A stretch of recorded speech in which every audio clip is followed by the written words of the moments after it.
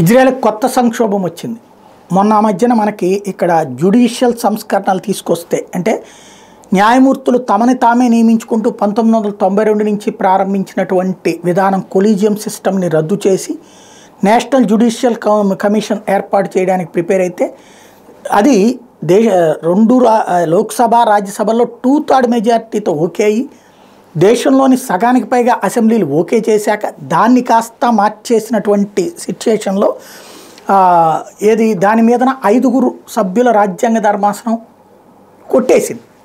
ఇప్పుడు అలాంటి పరిస్థితే అక్కడ ఇజ్రాయెల్లో మొన్ననే ప్రభుత్వాలు మారాలి, లేకపోతే ప్రధానమంత్రులు రాజీనామా చేయాలి, ప్రధానమంత్రిని తీసేయాలి, మంత్రులను తీసేయాలంటూ ప్రభుత్వ కార్యకలాపాల వ్యవహారంలో న్యాయ వ్యవస్థ జోక్యాన్ని అంటే రాజకీయ నిర్ణయాల విషయంలో న్యాయ వ్యవస్థ జోక్యాన్ని అడ్డుకుంటూ తీసుకొచ్చినటువంటి సంస్కరణల మీదన ఒక చట్టం తీసుకొస్తే ఆ చట్టం చేసేటప్పుడు కమ్యూనిస్టులు అక్కడ పెద్ద ఎత్తున ఉద్యమాలు చేసి ఆపడానికి ప్రయత్నించిన నెతన్యాహు సర్కార్ ముందుకే వెళ్ళింది.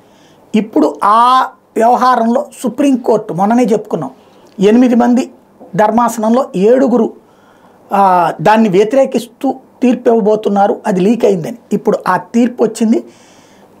ఇజ్రాయెల్ ప్రభుత్వం నెతన్యాహు ప్రభుత్వం తీసుకొచ్చినటువంటి న్యాయ సంస్కరణల బిల్లుని రద్దు చేస్తూ తీర్పిచ్చారు. దీంతో నెతన్యాహుకి ఓ పెద్ద షాకింగ్ పరిణామం అయింది.